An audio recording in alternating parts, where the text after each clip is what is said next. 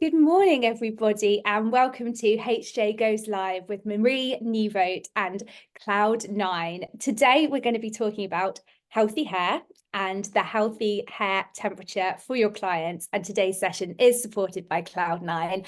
And without further ado, may I introduce and welcome Marie to the live. Hi. Hi, Charlotte. Lovely to see you. Lovely to be here. So good to see you too. We were chatting about how it kind of still feels really weird to do a live out of lockdown, right?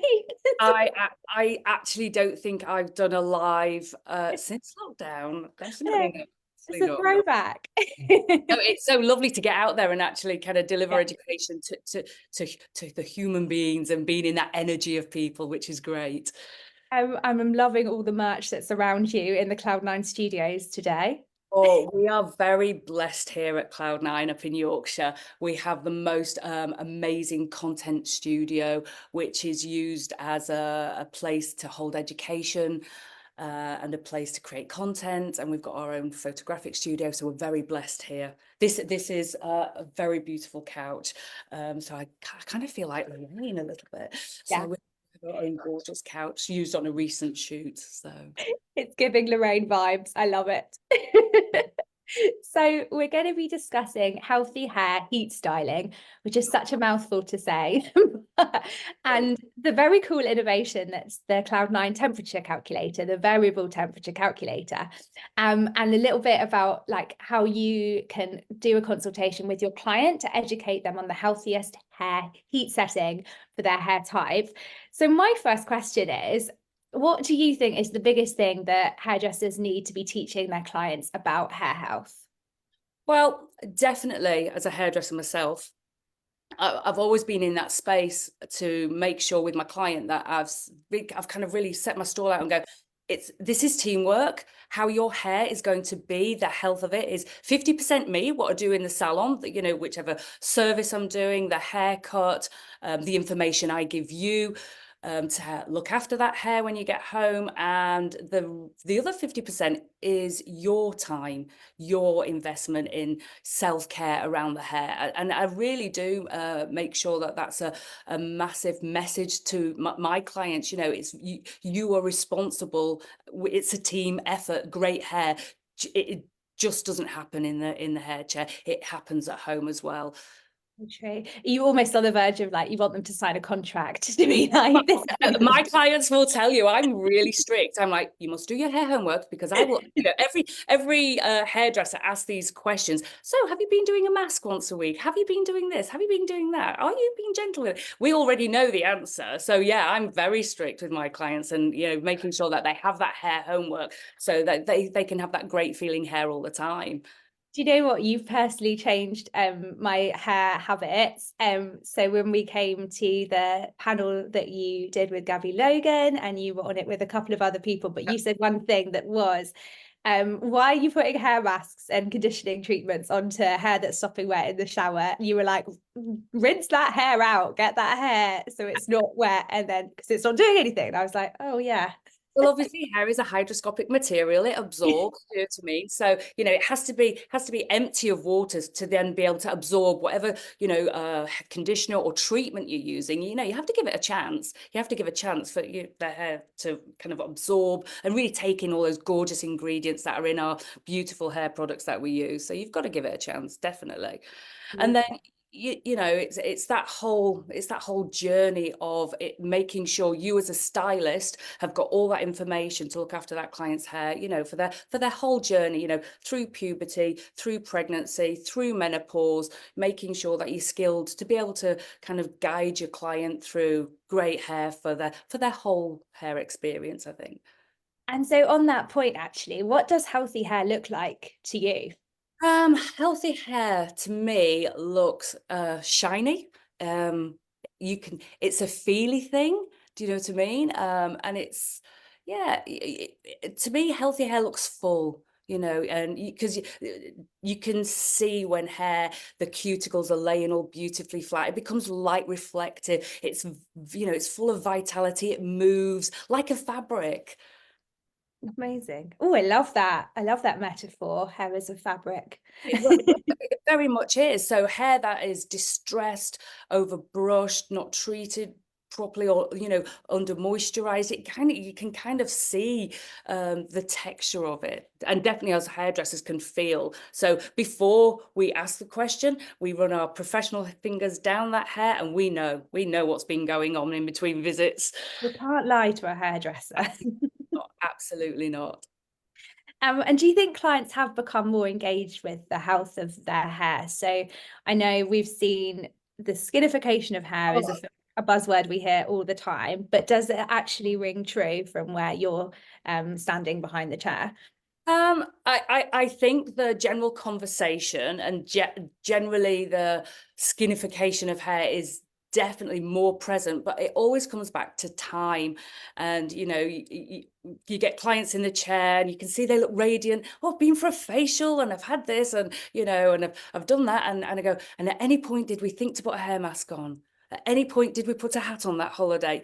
All of those things. And they kind of, so I think definitely that whole conversation is elevating hair health, and there is definitely a movement towards healthy hair, and especially through those key stages of puberty, pregnancy and menopause, when the hair kind of isn't performing at expected level, that generally is a much more elevated space to look at hair health.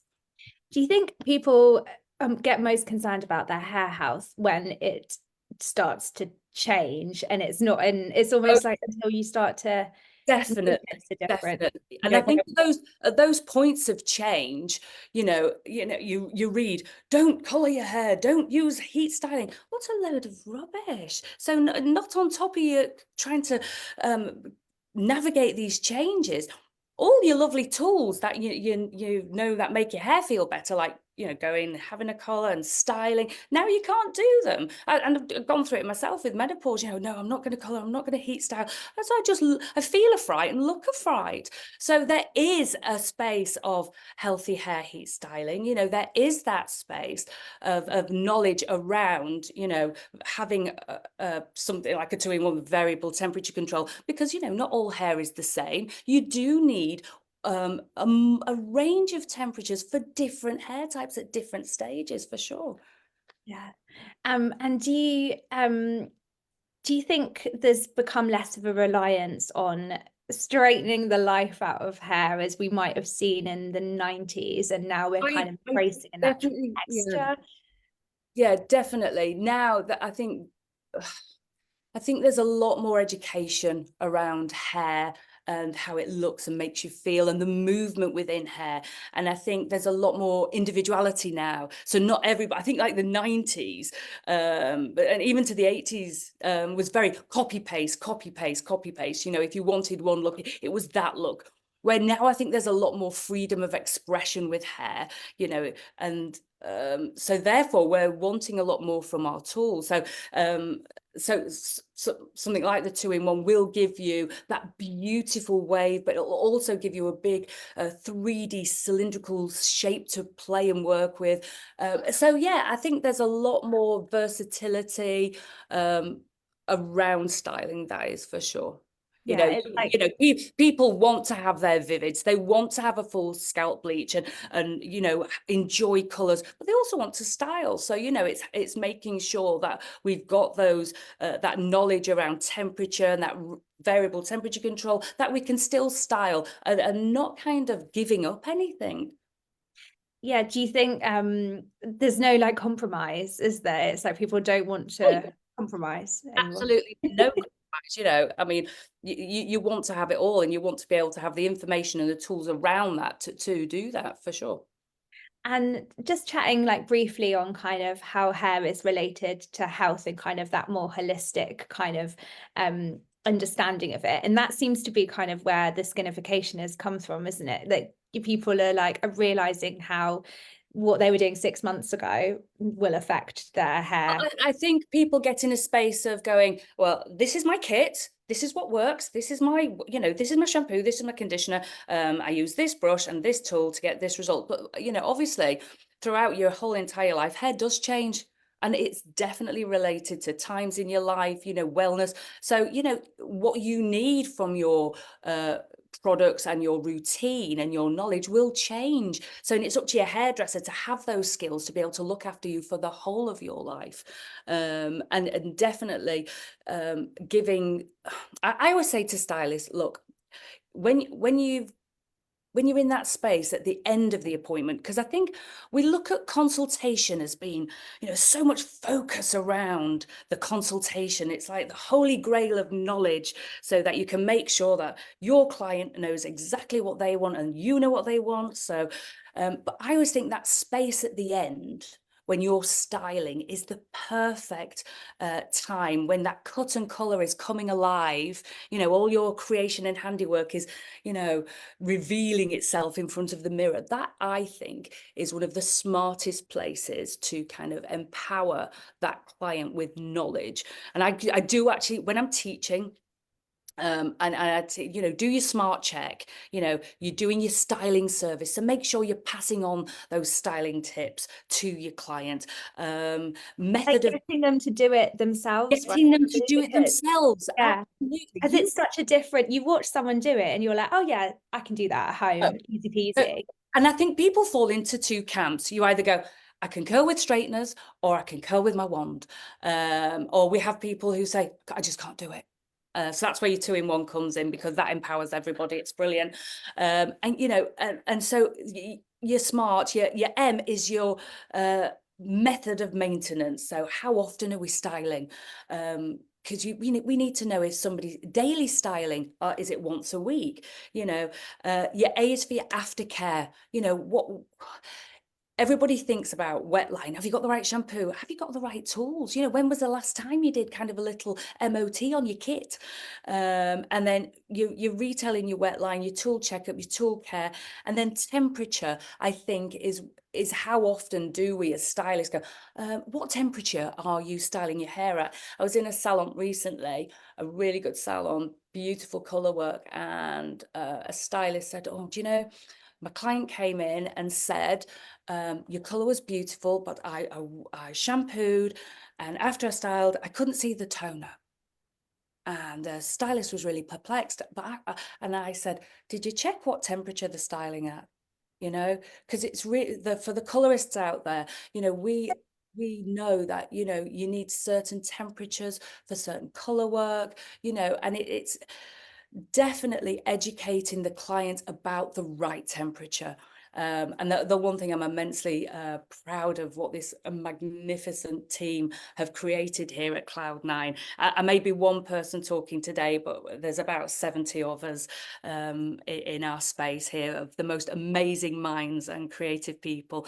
And the temperature calculator really was born out of a need to pass on education at all levels, consumer, professional, you know, been into colleges, and you know, how do we do this? So the temperature calculator was really born out of a need to educate, and we're super proud of it. And you can literally go in, you know, find out your hair type. Is it colored? You know, is it, you know, because it's not just is it colored, it's is it bleached?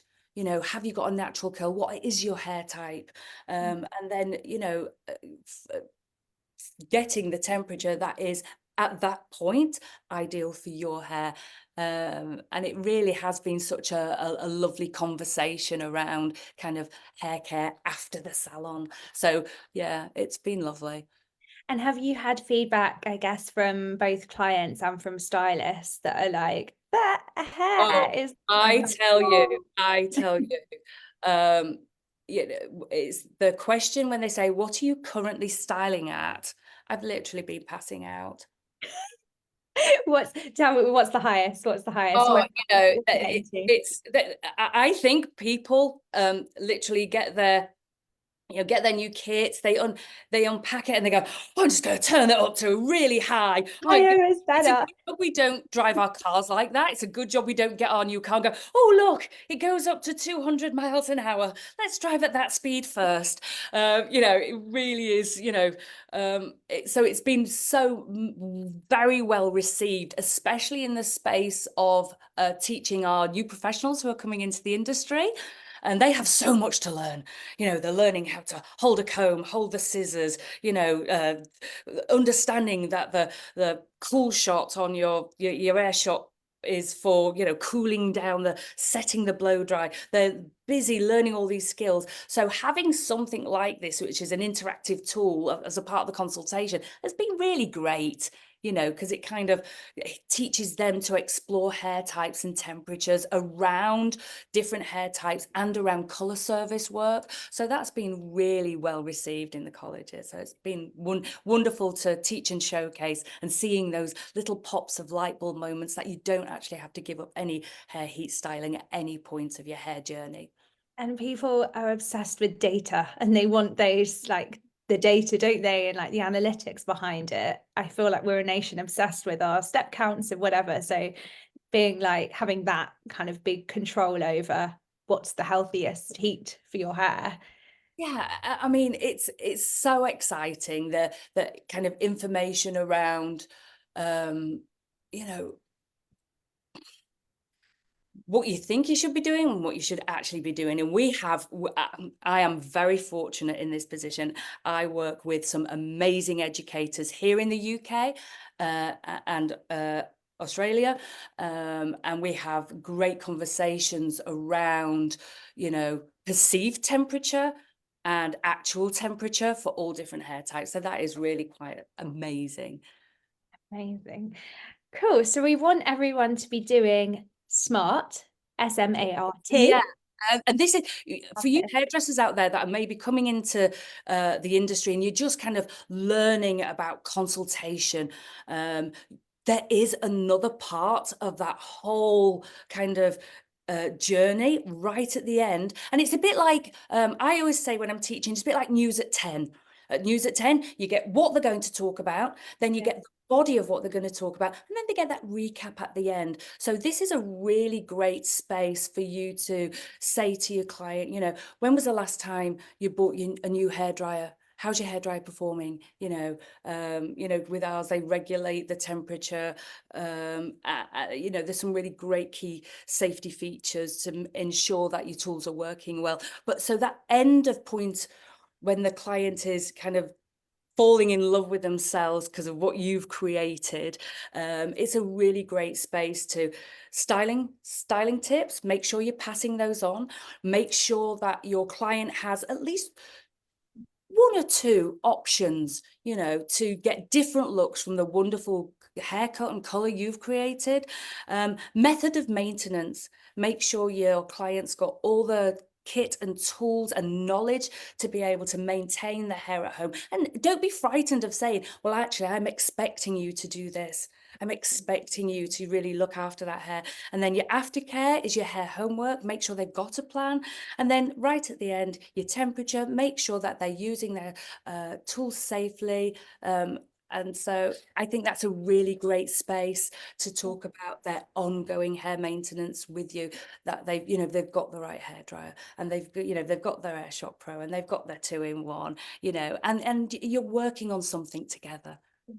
And it is actually, in the UK, we're really bad at selling and retail, aren't we? It's almost like a dirty word. And this is an easier way to keep the conversation going, and when the client is most engaged with their beautiful look, to get them thinking about.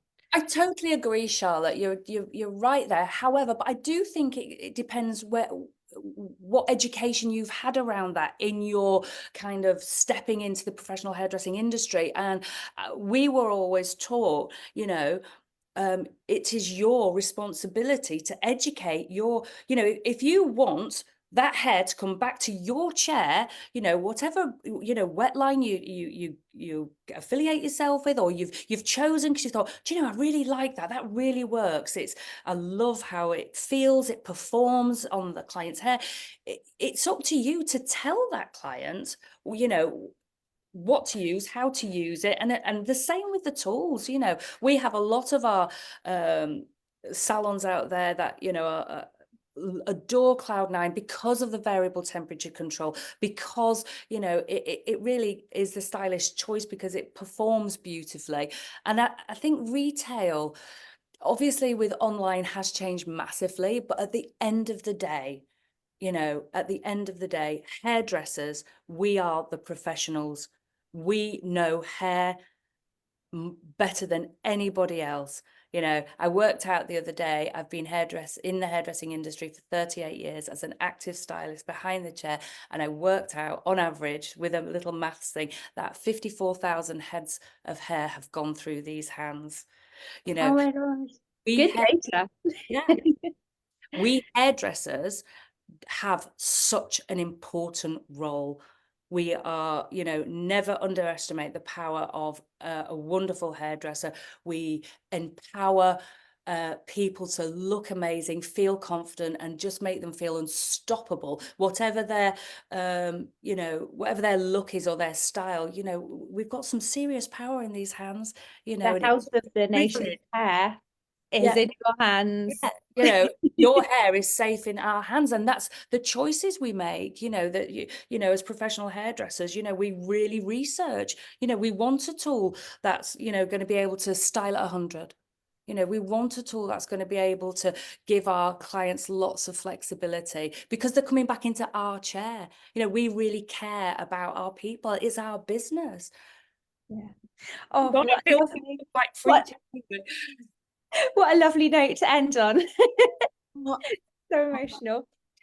Oh, thank you so much. It's been a wonderful, I think it's years since I've done a live, so Well, it's like you've just, it's like you've had no time at all away from them because you're a natural, Marie. well, I'm very proud and privileged to be a hairdresser and be in this space now. Yeah, Yeah, it's wonderful. I love it's my so Cloud9 family. And a big thank you to the Cloud9 family for sponsoring today's live, and a huge thank you to Marie for her expertise and wonderfully emotive conversation that we've had today, because I'm really feeling the love for the hairdressers. Well, yeah, I am one. So, yeah, if I can't advocate for my own people, then hello. No, we're doing an Oh, amazing job. thank you so much, everyone, for tuning in. Thank you so much, Marie and Cloud9, and see you soon. Bye. Bye.